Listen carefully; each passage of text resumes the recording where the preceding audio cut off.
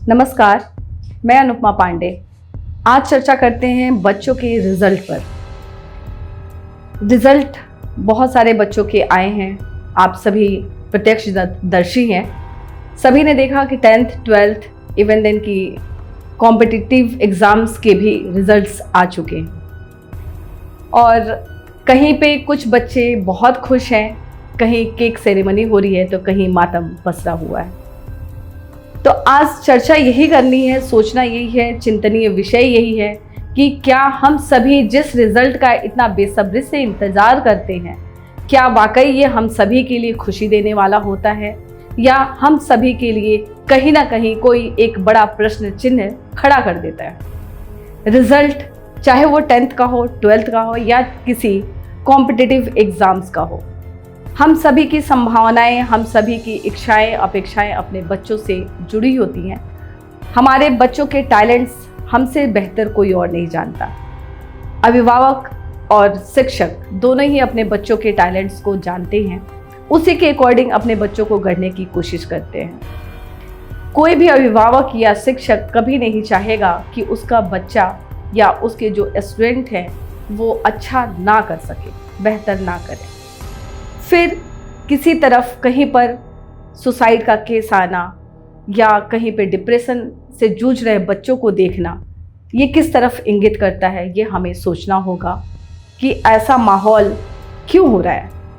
जिस रिज़ल्ट के लिए 10th के बोर्ड के रिज़ल्ट के लिए 10 साल तक लगातार हम इंतज़ार करते हैं और उसके रिज़ल्ट का परिणाम जब हमारे समक्ष आता है तो अपेक्षाओं की बोझ से बच्चे और समाज दोनों ही कहीं ना कहीं बच्चों को डिप्रेशन की तरफ धकेल देते हैं।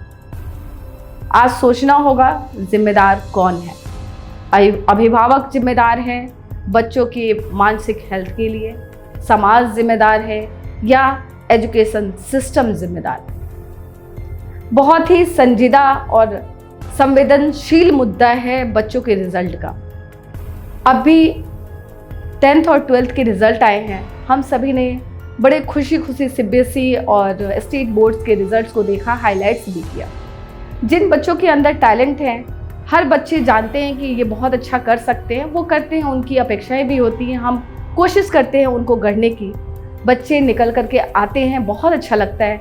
लेकिन यदि अगर रिजल्ट हमारे अनुरूप नहीं आता है, चाहे वजह कोई भी रही हो सकता है कि उसके पीछे परिस्थितियाँ कुछ विभिन्न हो गई हो, उत्पन्न हो गई हो, क्योंकि कोई भी रिज़ल्ट आता है जब, तो जिस समय आप एग्ज़ाम्स दे रहे होते हैं उस समय आपकी मानसिक स्थिति क्या है, उस समय सिचुएशन क्या है, जहां आप बैठे हैं उस क्लासरूम का एटमॉस्फेयर कैसा है, उस क्लास में टीचर किस तरह की आ रही है गाइडिंग करने के लिए।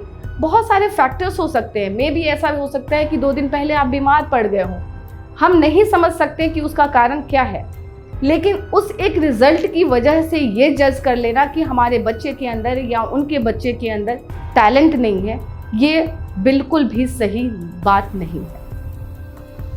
हम अभिभावकों की जहाँ तक मैं गलती समझती हूँ कि एक तो हम अपनी अपेक्षाएं इतनी ज़्यादा पाल लेते हैं अपने अंदर, अपने बच्चों से बहुत ज़्यादा उम्मीदें करते हैं और कहीं ना कहीं एक एक्सपेक्टेशंस के लेवल को इतना हाई रखते हैं बच्चों से। हम हमेशा सोचते हैं कि मेरा बच्चा 100% लेकर के आए। बच्चा ज़रूर कोशिश करता है, कोई बच्चा ऐसा नहीं चाहेगा जो कि हम अपने अभिभावक की, अपने माता पिता की इच्छा को पूरा नहीं करें। हर बच्चा चाहता है कि मैं मेरिट लिस्ट में आऊँ, कोशिश करता है, वो अपने अनुरूप कोशिश करता है, लेकिन हमें उसे प्रेशराइज नहीं करना चाहिए कि तुम यही लेकर के आओगे तभी तुम बहुत अच्छे हो, तभी तुम मेरे लिए प्रिय हो। हर बच्चा अपने आप में अमूल्य है, उसके अंदर अपना एक हिडन टैलेंट है, उसे निखारने की ज़रूरत है, उसे तराशने की ज़रूरत है और ये कार्य सिर्फ अभिभावक और शिक्षक ही कर सकते हैं।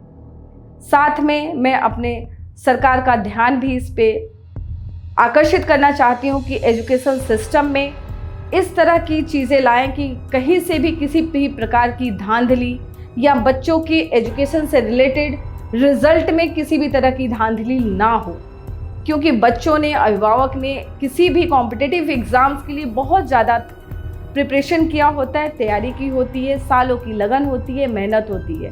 तो सबसे पहले मैं कहना चाहती हूँ अभिभावकों से कि आपकी बहुत बड़ी जिम्मेवारी है अपने बच्चे के मेंटल स्टेटस, उसके टैलेंट को चेक करते रहना, उसे समझना और पूरे एग्जामिनेशन के टाइम में, रिजल्ट के टाइम में उसे मोटिवेट करते रहना। जैसा भी रिजल्ट आए उसे स्वीकार करना बहुत ज़रूरी है। बच्चा टॉप कर रहा है तब भी बहुत अच्छी बात है, बच्चा फेल कर गया तब भी कोई बात नहीं, ऑप्शंस हैं। बच्चे को अगर बनाना है, अगर हम अभिभावक हैं, वाकई हम माता पिता हैं, तो हमारी जिम्मेदारी भी बनती है बच्चों को कुछ करके देना। हम करेंगे, आप सब मिलके करेंगे। बच्चों के साथ कहीं भी आप कंपैरिजन मत करिए कि इनके फलाने के बच्चे इतने कर गए। उनके मोटिवेशन के लिए करना और टोंट के लिए करना, दोनों में बहुत डिफरेंस होता है।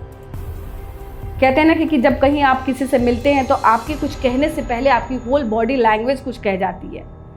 तो उस चीज़ का ध्यान रखें, बच्चों के साथ कम्युनिकेट करते रहें। एजुकेशन सिस्टम में कहीं पे भी किसी भी तरह की बदलाव हो रही है जो बच्चों के हित में नहीं है तो मुखर हो, अपनी बात को उठाएं। कंपेयर बच्चों के रिजल्ट का किसी के साथ ना करें, एंजॉय करें बच्चों के रिजल्ट्स को लेकर के। बच्चा जिस भी पड़ाव पर है रिजल्ट के, वो उसके लिए अहम है। इस समय बहुत सारे विषय हैं, बहुत सारे स्किल्स हैं, बहुत सारे शॉर्ट कोर्सेज हैं जहां बच्चे अपने आगे भविष्य की योजनाओं को बना सकते हैं, अपने रोजगार को कर सकते हैं। तो हमें ये सोचना होगा, सोचें समझें हमें क्या करना है और अपने देश और समाज को जागरूक करें। बहुत बहुत धन्यवाद। अगर आप ये वीडियो YouTube पर देख रहे हैं तो हमारे चैनल को सब्सक्राइब करें और बेल आइकन को दबाना ना भूलें। अगर आप Facebook पर ये वीडियो देख रहे हैं तो हमारे पेज को लाइक करें।